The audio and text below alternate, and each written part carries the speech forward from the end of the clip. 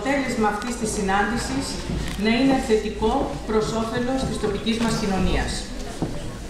Παράλληλα, εκφράζω τη χαρά και την ικανοποίησή μου για αυτήν τη διοργάνωση που φαίνεται να τιμά και να αναγνωρίζει τη σπουδαιότητα του εθελοντισμού.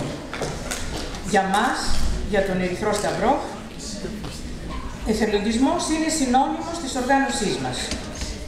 Στον αλτρουισμό, την αλληλεγγύη και την αυταπάρνηση βασίζεται όλη η δομή και η φιλοσοφία του κινήματός μας, που εδώ και 152 ολόκληρα χρόνια λειτουργεί αδιάλειπτα, βασιζόμενο κατά κύριο λόγο στους εθελοντές του. Θεωρώ σκόπιμο, ξεκινώντας την εισήγησή μου, να αναφερθώ όσο πιο επιγραμματικά γίνεται στο ιστορικό της οργάνωσής μας, πολύ δε περισσότερο όταν υπάρχουν εδώ νέα παιδιά που σίγουρα δεν τη γνωρίζουν. Αφορμή για την ίδρυση του Ερυθρού Σταυρού ήταν ο Γαλλοαυστριακός πόλεμος.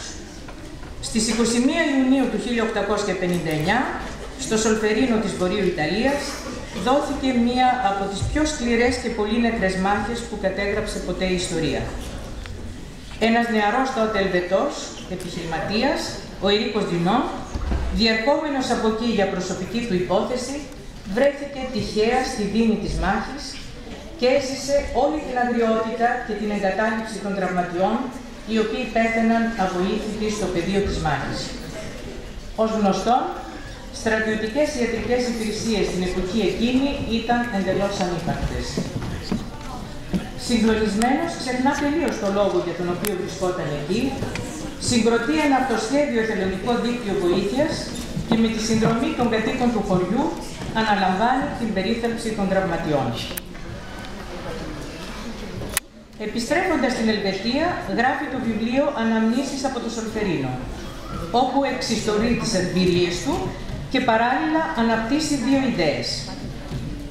Η πρώτη αφορά στη σύσταση ενός συμπληρωματικού εθελοντικού στρατού ιατρικών υπηρεσιών για καιρούς πολέμου, που θα γινόταν μέσω εθνικών συλλόγων, οι οποίοι σε καιρό ειρήνης θα εκπαίδευαν τα μέλη τους για αυτόν τον σκοπό. Η δεύτερη αφορά στη θέσπιση μιας διεθνούς σύμβασης για την περίθαλψη και την προστασία των τραυματιών στο πεδίο της μάχης, επισημαίνοντας πως τόσο οι τραυματίες όσο και αυτοί που τους φροντίζουν δεν πρέπει να θεωρούνται αντιμαχόμενοι, εφόσον δεν λαμβάνουν πλέον μέρος στη μάχη, και πρέπει να προστατεύονται ασχέτως αν ανήκουν στο εχθρικό ή στο συμμαχικό στρατόπεδο.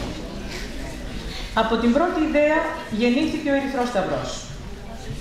Από τη δεύτερη, το Διεθνές Ανθρωπιστικό Δίκαιο με τη Σύμβαση της Γενέβης και την υπογραφή των 10 πρώτων άρθρων. Μέχρι τότε, ο πόλεμος και το δίκαιο ήσαν έννοιες ασυμβίβαστες. Οι ιδρυτές όμως του Ερυθρού Σταυρού διατύπωσαν την άποψη πως το δίκαιο θα μπορούσε να εφαρμοστεί και κατά τη διάρκεια πολέμου και θα μπορούσε να ρυθμίζει, υπό ορισμένες βέβαια προϋποθέσεις, τη συμπεριφορά των στρατιωτών. Στην ίδια συνθήκη καθιερώθηκε και το έμβλημα της οργάνωσης, ο κόκκινος σταυρός σε άσπρο φόντο, ως προστατευτικό και αναγνωριστικό διακριτικό. Το έμβλημα αυτό είναι η ελβετική σημαία με αντεστραμμένα τα χρώματά της και δόθηκε προς τιμή του Ντινόν, που ήταν Ελβετός πολίτης. Πολύ αργότερα, το 1929, καθιερώθηκε και η Ερυθρά ημισέλληνος για τις μουσουλμανικές χώρες.